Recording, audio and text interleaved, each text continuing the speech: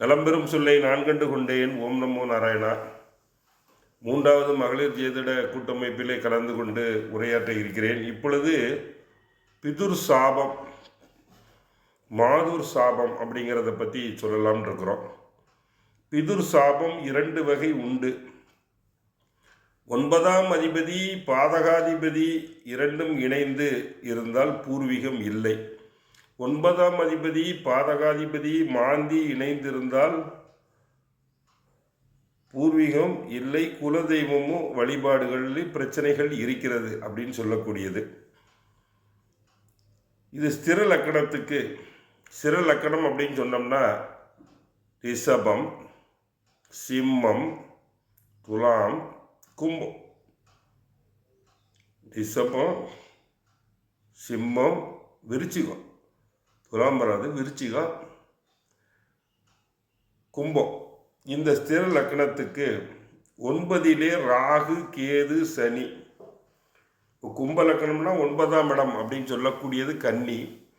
அதில் ராகு, கேது, சனி, சூரியன் இருந்தால் அவர்களுக்கு பிதுர் சாபம் பக்காவாக இருக்குது அப்படின்னு சொல்லலாம். சாபம் ரொம்ப அதிகமாக உள்ளது அப்படின்னு சொல்லலாம். இதை ரிஷபத்தை எடுக்கும்போது ரிஷபத்திலே 7, 8, 9ஆம் இடம், 9ஆம் இடங்கிற மகரத்திலே கிரகங்கள் இருக்கும்போது பிதுர் சாபம் இருக்கு. சிம்மத்தை எடுக்கும்போது மேசத்திலே ராகு, கேது, சனி, சூரியன், ராகு இல்லைன்னா கேது ஏதோ ஒன்று தான் இருக்கும், இருந்தால் இங்கே பிதுர் சாபம் இருக்கு.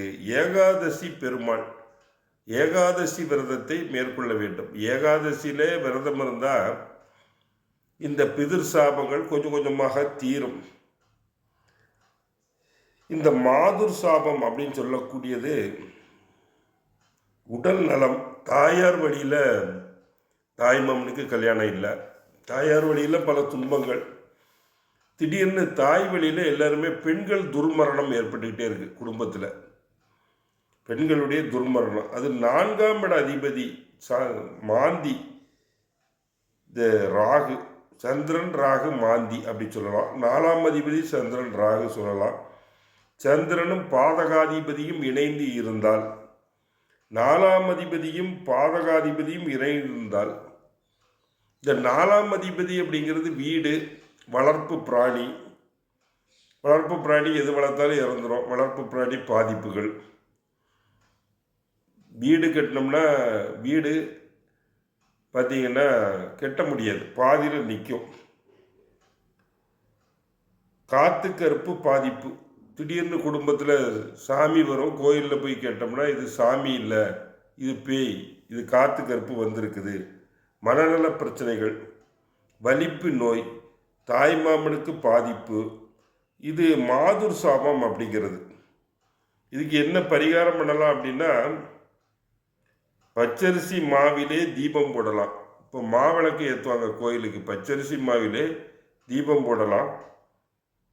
எண்ணெய் காப்பு சாமிக்கு சாத்தலாம். எண்ணெய் சாமிக்கு கடவுளுக்கு ஸ்பான்சர் பண்ணலாம் அப்படிங்கிறது. இது பரிகாரங்களை என்னைக்கு பண்ணலான்னா ஞாயிற்றுக்கிழமை இல்லை வியாழக்கிழமைகளில் பண்ணலாம். பண்ணால் இந்த பிதுர் சாபம் மாதுர் சாபம் தீரும். பிதுர் சாபம் தீரணும் அப்படின்னு சொன்னோம்னா ராமேஸ்வரத்தில் போய் பரிகாரம் பண்ணலாம். ராமேஸ்வரத்தில் போய் பார்த்தீங்கன்னா அங்கே ஒரு 12 ஆவர்த்திகள் அப்படிங்கிறது, 12 பேர் இருந்து நமக்கு மந்திரங்கள் ஓதி தனுஷ்கோடியில் பிண்டங்கள்லாம் பிடிச்சு கரைப்பாங்க.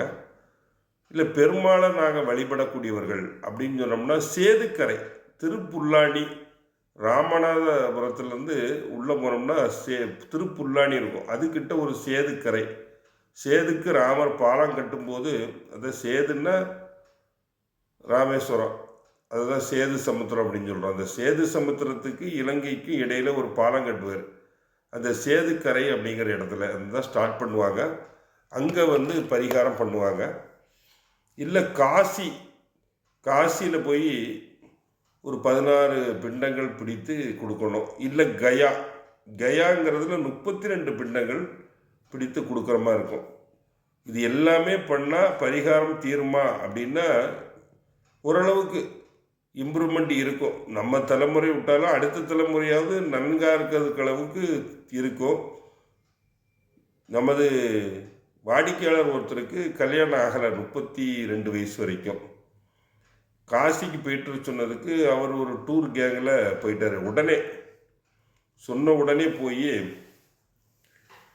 அவங்க வீட்டில் இந்த மாதுர் சாபம், அதாவது அம்மா இறந்துட்டாங்க, அப்பா இன்னொரு தாரம் கட்டி அந்த அம்மாவும் இறந்துட்டாங்க, சித்தி சின்னம்மா இறந்து, இவருடைய சிஸ்டர் ஒன்று, உங்கள் அப்பா 3 பேர் இருக்கிறாங்க. அப்போ இவங்க திரிவேணி சங்கமாக அலகாபாத் காசி ஒரே ஸ்ட்ரோக்கில் போயிட்டு வந்துட்டாங்க.